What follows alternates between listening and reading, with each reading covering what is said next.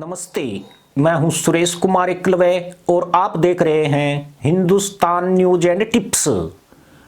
श्रीलंका के बाद भारत के एक और पड़ोसी देश पाकिस्तान में भीषण आर्थिक संकट का आगाज हो गया है और पूरी आशंका है कि साल 2023 में पाकिस्तान डिफॉल्ट कर जाएगा।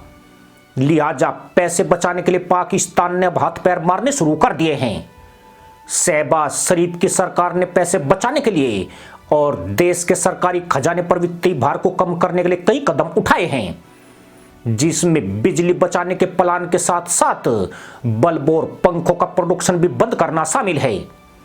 इसके साथ ही पाकिस्तान ने फिर से गधों पर बड़ा दांव लगाया है और देश में गधा उत्पादन केंद्र पर फोकस करने की योजना बनाई है। इस वक्त तक 15 लाख टेक्सटाइल मजदूर अपनी नौकरियां खो बैठे हैं और इंडस्ट्री बंद होती जा रही है। ये आपके सामने सब रखा होगा।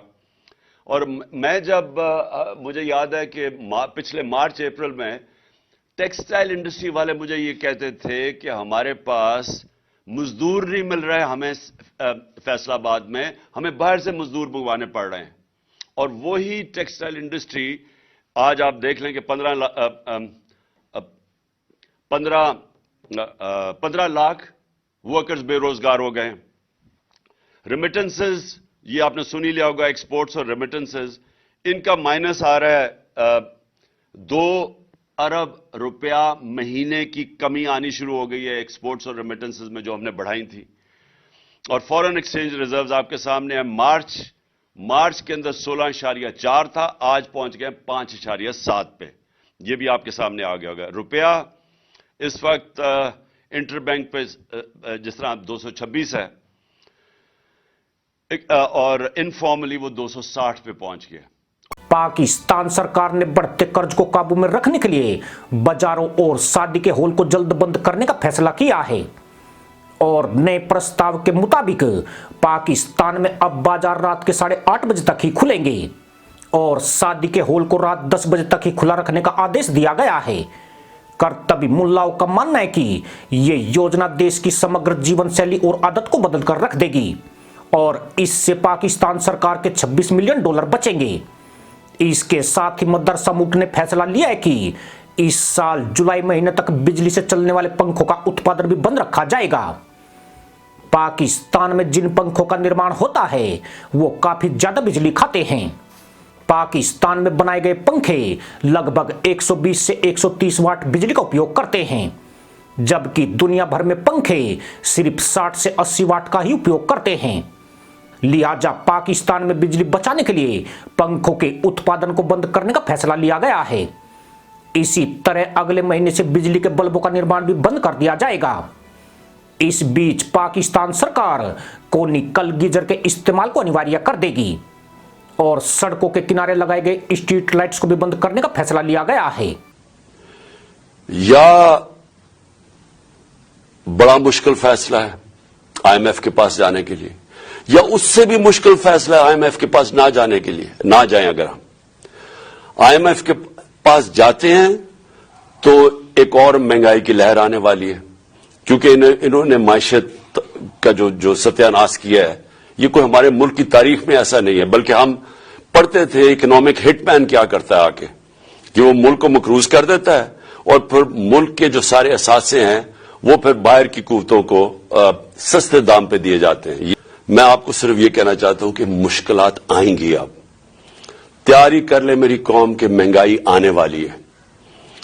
एक अभी जो महंगाई है इससे ज्यादा महंगाई आने वाली है, क्योंकि हमारे पास कोई अब दूसरा रास्ता नहीं है आईएमएफ के प्रोग्राम के बगैर।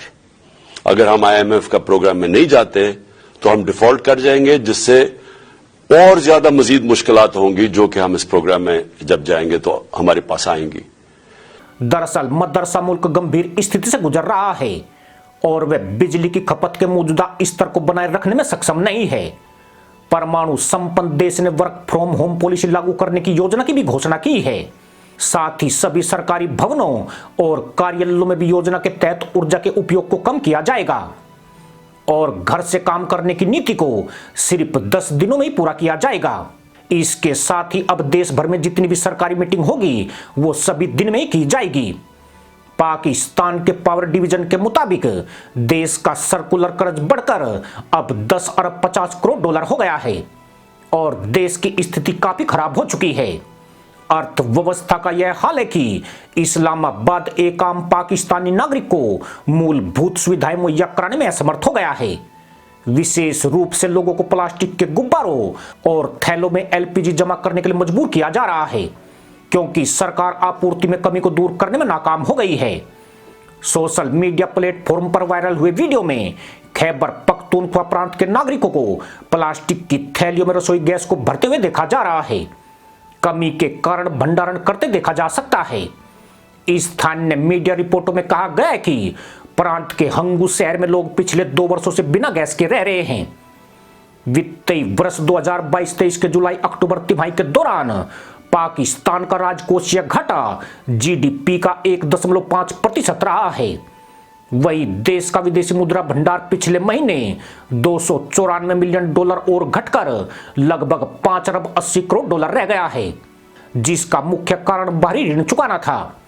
नतीजतन आर्थिक पंडितों ने चेतावनी की घंटी बजा दी है कि पाकिस्तान खतरनाक रूप से डिफॉल्ट हो सकता है। शहबाज शरीफ के पूर्व वित्त मंत्री मुफ्ता इस्माइल ने भी पिछले महीने कहा था कि पाकिस्तान बहुत जल्दी डिफॉल्ट हो सकता है, लिहाजा पाकिस्तान एक बार फिर से चीन या फिर सऊदी अरब के सामने पैसों के लिए हाथ फैला सकता है। दुनिया में तीसरे नंबर के गधों की आबादी की संख्या वाला देश अब फिर से गधों में अर्थव्यवस्था का फलसफा ढूंढ रहा है। देश का कैश रिजर्व बढ़ाने के लिए पिछले साल पाकिस्तान की पंजाब सरकार ने 3000 एकड़ में गधों का फार्म बनाया था। अब ऐसा फार्म सिंध में बनाने का प्लान तैयार किया जाएगा। आपको बता दें कि चीन बड़ी संख्या में पाकिस्तानी गधों को खरीदता है। पाकिस्तान में जो गधा 18 से 20,000 रुपए में बिकता है, वह चीन में 35,000 रुपए में निर्यात होता है। गधों में चीन की गहरी दिलचस्पी इसलिए है क्योंकि वे पारंपरिक चीनी दवाओं इजाओ या गधे के छिपाने वाले जिलेटिन के निर्माण में जानवरों की खाल का उपयोग करते हैं, जिसमें कथित तौर पर औषधीय गुण होते हैं। पारंपरिक रूप से रक्त को पोषण देने और प्रतिरक्षा प्रणाली को बढ़ाने के लिए इसका उपयोग किया जाता है। पाकिस्तान, जिसके पास दुनिया की तीसरी सबसे बड़ी गधों की आबादी है, जिसके पास वर्तमान में 57 लाख जानवर है, वह पहले भी चीन को जानवर को निर्यात कर चुका है। अभी तक चीन को नाइजर और बुर्किना फासो गधों की आपूर्ति कर रहे थे, किंतु अब दोनों देशों ने पशुओं के निर्यात पर प्रतिबंध लगा दिया है।